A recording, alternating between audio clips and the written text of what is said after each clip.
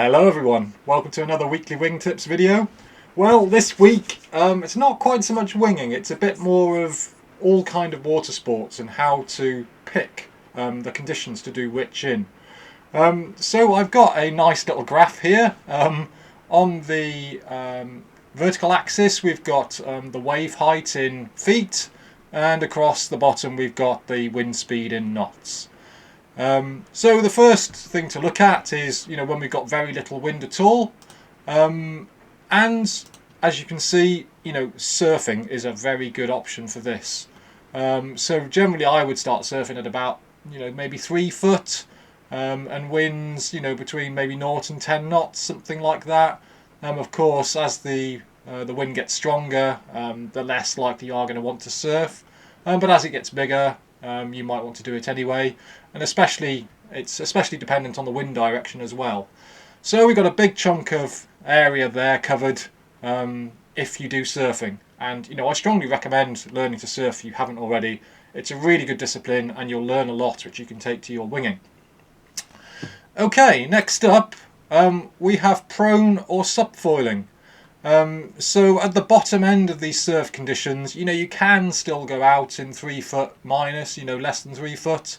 But prone and subfoiling starts to become really good in these kind of conditions and a lot of fun. So yeah, I would say that probably sits about there, maybe up to about 6 knots. It's good. You could possibly do it a bit more. Those are two really fun disciplines, both very, very challenging. And it really helps cover this nasty sub 10 knots where you really can't get out winging. So next up we have Kite Foil. Now this is the sub 10 knots. Maybe starting at about 6 knots if you're fairly proficient, and going up to about 10 knots. Kite foiling is great. You can use a lot of your Wingfoil kit if you don't have anything specific for it. Yeah, I really recommend kite foiling if you haven't done it already. It's an awesome discipline and it's lovely on those bright sunny days, flat water. It's great to be blasting around when no one else is doing anything. Okie dokie, so then we move into wing free ride. So from about 10 knots upwards, wing free riding in flatter water works really, really well. You might think that you could possibly do it, higher than 2 foot of surf, and you definitely can. But I kind of find it gets a bit annoying, kind of, when you get to this 1.5 to maybe getting up to about 3 foot. It's not quite enough surf to actually surf. It's not quite flat enough to free ride. So that's kind of why I've left this here. But you certainly can wing free ride, almost all the way up to 12 foot surf if you want to. And then we have the actual wing surfing itself. So yeah, I think sort of when you get to about 3 foot waves, actually surfing with the wing really, really turns on. And yeah, up to 12 foot, that's really big for a lot of people. Often, just like surfing, you can find somewhere where it's sheltered, so even though it's 12 foot surf on an exposed beach, you might be able to get some nice, 4, 5, 6 foot surf somewhere it's a little bit more sheltered. But yeah, those are really, really good conditions, 10 to 25 knots, even going higher than that. That's prime windsurfing conditions. Next up we have kite surfing. Now, as I say, there is this kind of awkward little area here, sort of, I reckon between 1.5 foot and maybe 2.5 foot, 3 foot, where you can't really surf with a wing very well. But actually with a kite and a kite surfboard, you can have a lot of fun in the surf, doing little airs and yeah, just ripping. I think, yeah, there's a great little area there which kind of sits between wing free ride and wing surf, where you can kind of get out with your kite surfboard and have a lot of fun.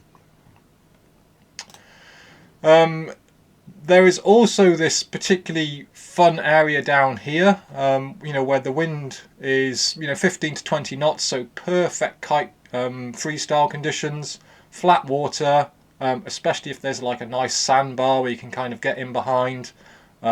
Yeah, if it's ever these kind of conditions, I will be opting to do Kite Freestyle myself. Of course, you could choose to, wing free ride in this, but yeah, we don't get these kind of conditions very often, so I will opt to do Kite Freestyle in that 15 to 20 knots flat water Goldilocks zone. And then going to kind of the big air kind of disciplines, yeah, 25 knot plus to 35, and surf almost as big as you like. You probably could go higher than I've got here, but by the time you start getting to 8 foot, that's pretty damn big. Yeah, so you're in your classic kind of kite big air conditions. So as you can see, if you can do all of these disciplines, a lot of this area is covered, and you can get out in pretty much any conditions. Of course, the kite disciplines are very much wind direction dependent, and that's the beauty of the wing. You can get out in pretty much any direction with the wing as long as you're experienced enough. I guess the only final thing is this final section here. Yeah, the sort of the no fun zone, where there's no wave, there's no wind, but of course there's always beer, and if you don't have beer, there's always chores and things like that to do. So yeah, I hope you've kind of found this interesting and useful. I would really recommend, if you do only do one discipline, to really consider, trying more disciplines. And as you can see, you can really fill up, this area of conditions between, from sort of very light winds and very light, very small surf up to, very strong winds and very big surf. If you're happy to change your hand to do a few disciplines, and you'll learn a lot by doing these other disciplines as well. So I think that is about it for this week. I know this is something a bit different, but I like to change things up. So yeah, thank you very much for watching. Catch you later. Bye.